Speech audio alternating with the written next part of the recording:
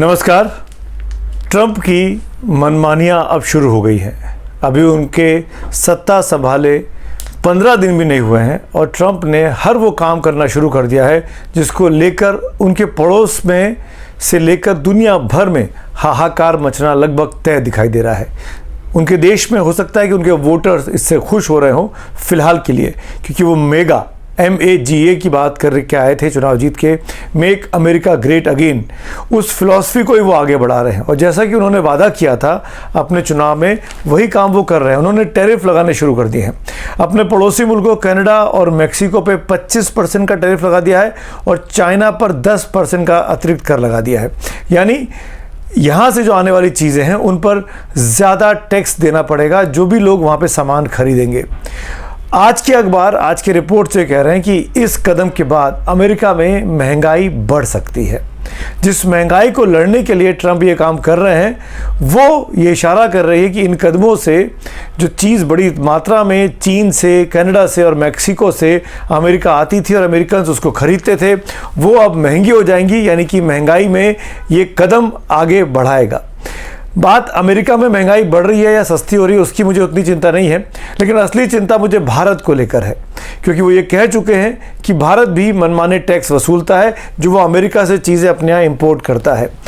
तो आज उन्होंने भारत पर शायद ये टैक्स नहीं लगाए हैं, पर यह कोई गारंटी नहीं दे सकता कि ट्रंप ये कदम भारत के खिलाफ ना उठाए। मुझे ऐसा लगता है कि अभी इसी महीने में प्रधानमंत्री मोदी को जाना है अमेरिका, उनके साथ मुलाकात होनी है। पिछले हफ्ते दोनों राष्ट्राध्यक्षों की बड़ी लंबी चौड़ी फ़ोन पर बातचीत भी हुई है, ट्रंप की और मोदी की। तो ये बर्फ़ पिघलने का एक सिंबल जिसको कहते हैं वो मानना चाहिए। तो अभी फ़िलहाल चिंता नहीं लग रही है, पर क्योंकि ट्रंप डिसरप्टर हैं, क्योंकि ट्रंप बेतुके और आश्चर्यचकित करने वाले फैसले करने में माहिर रहे हैं, तो कोई बड़ी बात नहीं कि कल वो भारत के खिलाफ भी ऐसा कोई कदम उठा दें। इसीलिए मैं ये कह रहा हूँ कि हम इंडिया फर्स्ट की बात कर रहे हैं, मेक इंडिया अगेन की बात कर रहे हैं, वो मेक अमेरिका अगेन की बात कर रहे हैं। ऐसी स्थिति में दोनों देशों के बीच मुझे कहीं ना कहीं आगे जाकर एक टकराव सी स्थिति बनती दिखाई दे रही है, और ये टकराव किसी के लिए भी, जब हम ग्लोबल इकोनॉमी में रहते हैं, किसी के लिए भी अच्छा नहीं है।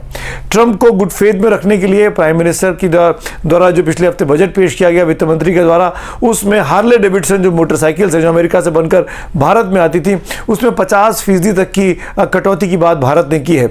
ये कदम जाहिर तौर पर ट्रंप को खुश करेगा, क्योंकि ट्रंप अपने कैंपेन में बोल चुके हैं कि भारत में जो अमेरिकी बाइक्स हैं उसमें भारत बनती बाइक्स अमेरिका में हैं, पर भारत में जब जाती हैं और भारत में बिकती हैं तो भारत उसमें कर कमाता है, पैसे कमाता है। अब जबकि भारत ने उसमें 50% टैक्स कम कर दिया है, तो जाहिर तौर पर यहाँ जो बाइक लवर्स हैं वो हार्ले डेविडसन खरीदेंगे, उनको मंगाएंगे। पर मेरी चिंता दूसरी है, जब अमेरिका की हार्ले डेविडसन भारत में आके बिकेगी और सस्ते दामों में बिकनी शुरू हो जाएगी, तो भारत के जो बाइक मेकर्स हैं, बुलेट जैसे, हीरो होंडा जैसे, बजाज जैसे, उनके ऊपर क्या बीतेगी? क्या उनको भी अपने दाम में कटौती करनी पड़ेगी? वो जो हैवी ड्यूटी बाइक्स बनाते हैं 500 सीसी की, 1000 सीसी की, जो कि हार्ले डेविडसन जिसका माहिर है, उन बाइक्स पर कैसा इसका असर पड़ेगा? उनकी बिक्री क्या विपरीत नहीं हो जाएगी? तो जब हम बात ये करते हैं कि हमको भारत की चीज़ों को आगे बढ़ाना है, आत्मनिर्भर भारत की बात करते हैं, तो ऐसे में जब अमेरिकी चीज़ों को हम आसान कर रहे हैं भारत में मिलना, तो क्या भारत के लिए अच्छी खबर है? बाइक प्रेमियों के लिए हो सकती है, पर भारत की अर्थव्यवस्था के लिए क्या ये अच्छी खबर है? कुछ लोग ये कहते हैं कि जब विदेशी सामान यहाँ आके बिकेगा, अच्छे उस पर बिकेगा, तो जाहिर तौर पर कंपटीशन पैदा होगा, और कंपटीशन की वजह से भारतीय लोग भी अपने प्रोडक्ट को अच्छा बनाएंगे और मार्केट में अच्छी चीज़ों को लेकर आएंगे। क्या होगा तो भविष्य में पता लगेगा, लेकिन अमेरिका के साथ संबंध मधुर बनाने के लिए शायद एक कदम उठाया गया है। मैं आपको कुछ आंकड़े पढ़ के बताना चाहता हूँ जो आज रिपोर्ट किए गए हैं। जो ट्रेड डिफिसिट है वो सबसे अधिक अमेरिका का चीन के साथ था, इसीलिए चीन पर 10% का टैक्स उन्होंने लगाया है। मेक्सिको और कनाडा और मेक्सिको नंबर 2 और नंबर 3 पे आते हैं हायरार्की में, उन पर 25% का टैरिफ लगा दिया है। भारत उस लिस्ट में 9वें नंबर पर है। तो अभी भारत तक ट्रंप की नज़र नहीं गई है, पर आने वाले वक्त में जा सकती है।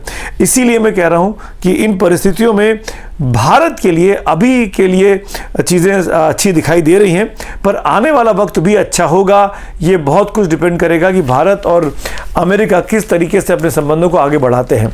भारत रूस के साथ भी बातचीत कर रहा है, पुतिन के साथ भी ऑयल ले रहा है, जो कि अमेरिका नहीं चाहता था। बाइडेन साहब की रिजीम में हमने देखा था, ट्रंप भी उसके खिलाफ रहे। तो ऐसे में जब भारत रूस के साथ और भारत चीन के साथ अपने बायलैटरल संबंधों का, भारत यूरोपियन यूनियन के साथ अपने व्यापारिक संबंधों को अच्छा करने की कोशिश करेगा अपने फायदे में, जो कि जयशंकर साहब बोलते रहे विदेश मंत्री, कि इन सिचुएशन में भारत को अपने हितों को ध्यान में रखना चाहिए। जाहिर तौर पर ये चीज़ें अमेरिका के साथ क्या टकराव पैदा नहीं करेंगी। ब्रिक्स को लेकर उनकी क्या राय है वो बोल ही चुके हैं। डॉलर की मोनोपोली वो चाहते हैं, इशारा वो कर चुके हैं, वो डॉलर का कोई कंपटीशन नहीं चाहते हैं। ऐसे में ये तमाम कदम इशारा कर रहे हैं कि आने वाले वक्त में भले इस बार बजट में हमको बहुत सी ऐसी चीज़ें मिली जो मिडिल क्लास को अच्छी लग रही हो, उनको पसंद आ रही हो, पर अगर अमेरिका के साथ हमारी आर्थिक व्यवस्था बिगड़ी तो इसका असर पूरे हिंदुस्तान पे पड़ेगा, पूरे भारतीय वर्ग पर पड़ेगा, और इसका विपरीत असर की जो आशंका है उसी की चिंता जाहिर करते हुए मैं ये कहना चाहता हूँ कि भारत को अपने पड़ोसी मुल्कों के साथ बायलैटरल रिलेशंस को, पड़ोसी और आसपास के जो है उनके साथ व्यापारिक रिश्तों को मजबूत करना चाहिए, ताकि अमेरिका के ऊपर जो डिपेंडेंसी है कल अगर मुसीबत आती है तो उससे वो ख़त्म हो सके।